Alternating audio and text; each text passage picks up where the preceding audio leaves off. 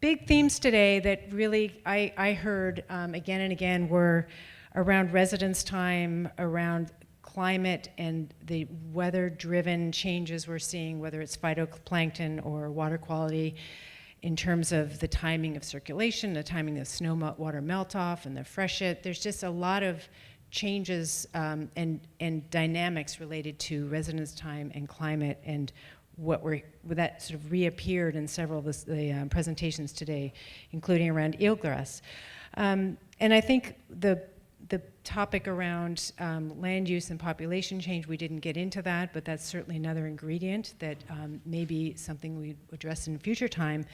But ultimately, I think the final words today were more models that work together to create more opportunity to try these scenarios, and putting in some real data and pumping out some possible outcomes sounds like the nexus of this next phase, is that one model obviously can't do it all, but trying to find the crosswalk between existing models and growing them into a engaged partnership will certainly be an effective way to test these ideas and novel thoughts going forward.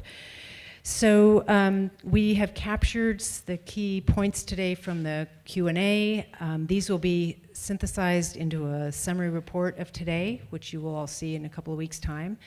Again, thanks for you all for your cards. Your note cards were really helpful for kind of keeping this Q&A session moving forward. So I'm just going to bow out here and hand it off to Ecology to Dustin again to close us out, and thank you so much. Thank you, Sarah.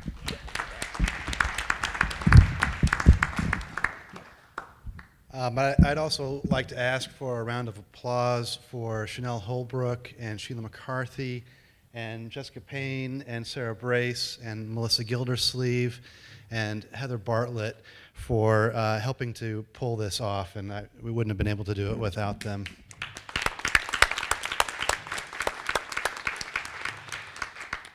As Sarah mentioned, we're going to be posting the slides and the summary and videos of today's proceedings on our webpage.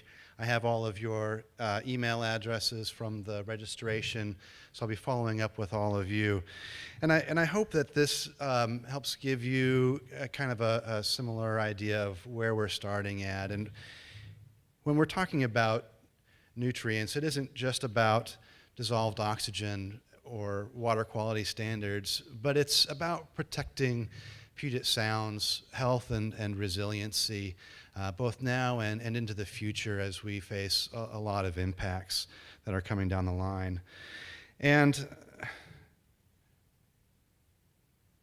I think that, it's important that we recognize the role that nutrients plays in nearshore habitats and benthic ecology and marine survival of salmonids and the food web issues, and these are all emerging science and understanding of these things. And as we continue moving forward, I want to bring together an interdisciplinary team that will really help to identify what our targets need to be, what healthy looks like, and how are we going to adapt as we progress into the next several decades. And we're one of the largest rapidly growing areas in the country right now, so we're poised at a good time to be thinking about these things and working together with stakeholders, regulators, scientists, policymakers, and decision makers at the local level. So we're going to be talking with all of you as we continue out through this year and into the next. And so I would definitely ask that you talk to me and let me know if you're interested. I'd love to come and talk with your organizations.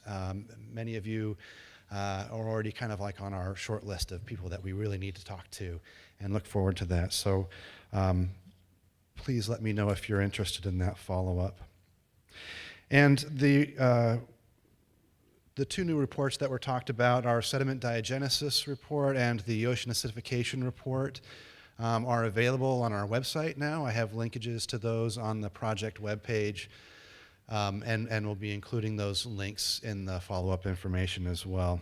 So I just want to say thank you very much for taking the time today to come out here and listen and provide your input, and look forward to continuing the dialogue into the future. Thank you.